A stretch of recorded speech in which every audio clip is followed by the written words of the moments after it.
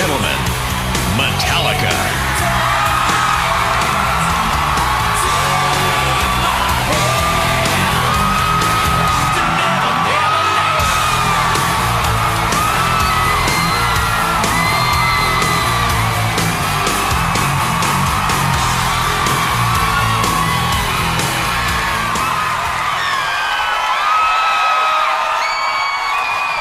There are a lot of people in this room tonight who are very fortunate and have a lot of means.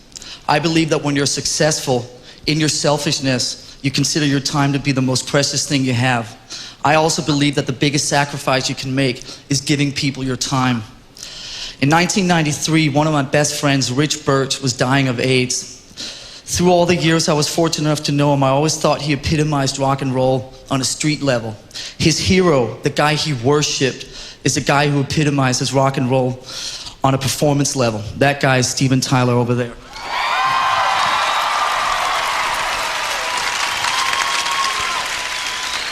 When Rich's time was running out, I psyched myself up to call Steven, who I'd met only a couple times on a casual level, to ask if he'd give Rich a call and rub some of that Steven Tyler magic off on him. Not only did Steven make me feel at ease at calling him, but jumped headfirst into calling my friend Rich. Over the course of the next few weeks, Steven spoke to Rich often, and Rich would call me and roar about how truly amazing it was to get so close to Steven Tyler during the last few weeks of his life. I know it made a difference to Rich, and for that I'm extremely grateful to you for the time, the key word time, that you spent with him. Your band's perseverance and accomplishments are inspirational to my band on a professional level, but giving your time for people like Rich is truly inspirational to me on a human level. Thank you.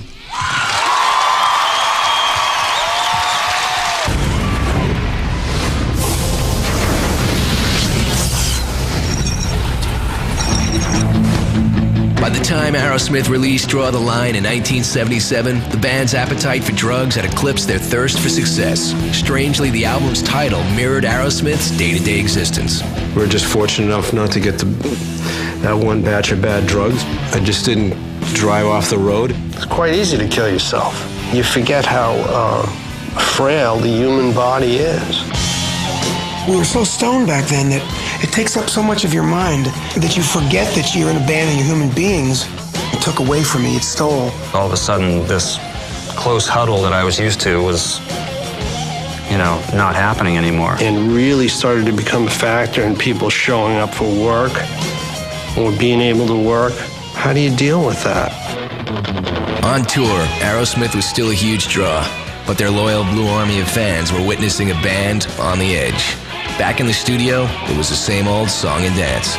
We tried doing it the way we usually did, which was go in there and get as up as we could. It just didn't work that way anymore. I would listen to a song that Joe and I were writing when the din had worn off of whatever it was I was taking and go, holy, what is this? What is this crap? I mean, this doesn't work at all. It's not a song, it's terrible. Steven and Joe had lost what brought them together in the beginning, their music. In its place, a constant craving for drugs. Joe, with all his brashness and F-all, he'd have the dope and I didn't. I'd be sick, banging on his door. Come on, man, I'm dope sick. Now I'm kind of like, well, what are you out there yelling at me for? He didn't care.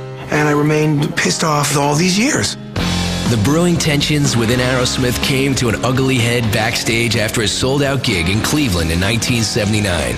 Sick as a dog with life in an increasingly out-of-control band, Joe Perry declared he'd finally had enough and quit. I was just so pissed at the moment. I don't think I ever gave it a lot of thought. Did I really hate Steven? Did I really hate the other guys in the band? I don't even think I thought about it. All I felt was that there was just too much tension. I couldn't do that anymore. Or maybe if we had been a little more mature about it, we would have just taken a vacation. But instead, it was ego, and we let it all happen. I had a relationship with Joe that, unlike any relationship with anybody else, I dreamt for, I prayed for meeting somebody like this. But I didn't have him. It was over. Aerosmith, as they knew it, was over. But were they doomed to fall into rock and roll obscurity? Or could they somehow jumpstart their career? An unforeseen phone call would decide their fate. Coming up, an Aerosmith classic, Kid Rock style. My name's Kid Rock, and I'm here kicking ass tonight. Tune in and see why. Shakira shimmy shakes and shocks the house. Oh, Shakira. Hey. How you doing? Good. How are you? And in Chapter 4 of the Aerosmith story, a phone call pulls the band out of the ruts and into a groundbreaking collaboration that would reignite their career. And later, Liv Tyler and Jennifer Aniston honor the icons.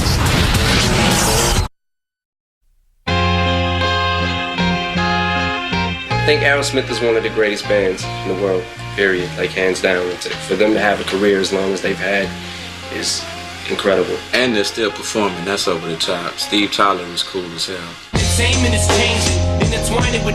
I sampled Dream On because it's one of my favorite rock songs of all time. To take it and make it into a hip-hop song, like, I always wanted to do that, and they let us do it, so we're thankful. Congratulations on being this year's MTV Icons. Congratulations, Aerosmith. Congratulations, you guys rock. Entertainment is changing, intertwining with gangsters.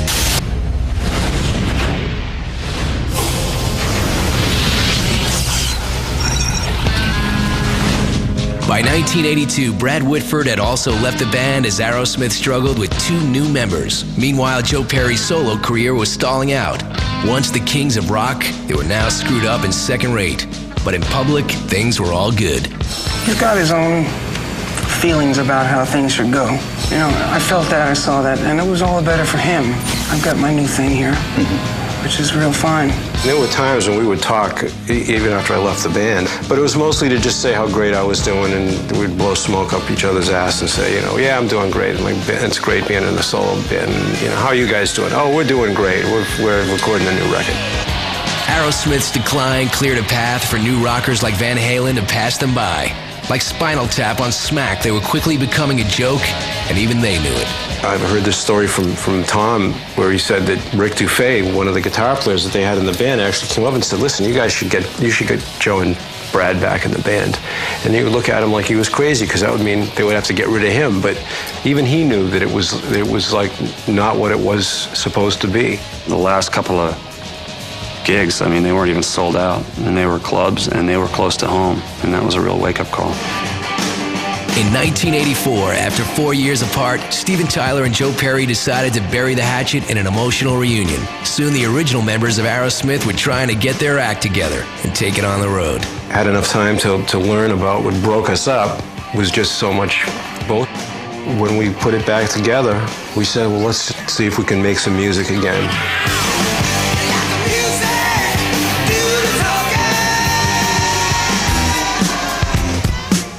While Steven and Joe let the music do the talking, few were listening. But in 1986, in a remarkable reversal of fortune, Joe received a call that would change the course of Aerosmith's career forever. The phone rang and Rick Rubin said, will you guys come in and sit in with Run DMC? With nothing to lose, Steven and Joe hopped the next plane to New York City, where they hooked up with Run DMC and Rick Rubin. These guys have been sampling your drums and they want to do a version of it, and why not put your guitar on there and add a little music to it? Oh, this is it, y'all. It, y'all. It, y'all. It, y'all. Rocking with the Aerosmith, y'all. It becomes the do-dat, do-do-dat. It's at, do-dat, do-do-dat. And Joe's going, bow, ba-do-do-dang, ba-do-do-dang.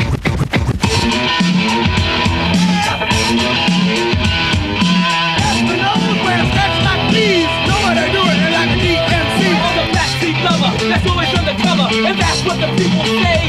Now you're 18, nothing to you down on the bus, and then it's sure to be a changing way.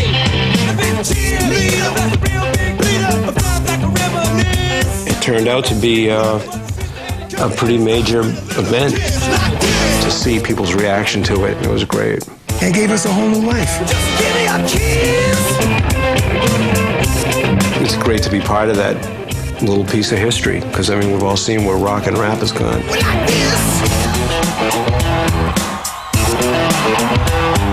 We're not the Lord I Doodle-Dums of rap, but we are a small piece of it, and just to be that, I'm so grateful for Run DMC.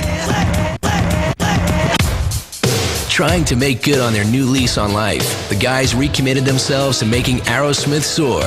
With the help of then-manager Tim Collins, they decided to face the music and kick drugs together. Our manager there, they said, you know, look, if you clean up, it'll open up a lot of doors. You can always go out and get high again. Why not give it a try?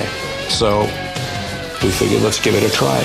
Clear-headed for the first time in years and hungry to reclaim their rock and roll crown, Aerosmith released their 9th studio album, Permanent Vacation, in 1987. Suddenly the band was multi-platinum and a hit on MTV with a whole new generation of fans. For the longest time, the drugs were kept the band together. And now that the stuff is gone, we've kind of grown into each other's personalities. I'm getting off more on the music than I have in the last 10 years. Because I'm clean. It's just unreal when I think about, you know, what you can do when you put your mind to it. It was really exciting because we were making so much progress and things were getting better and better and the band's career was coming back.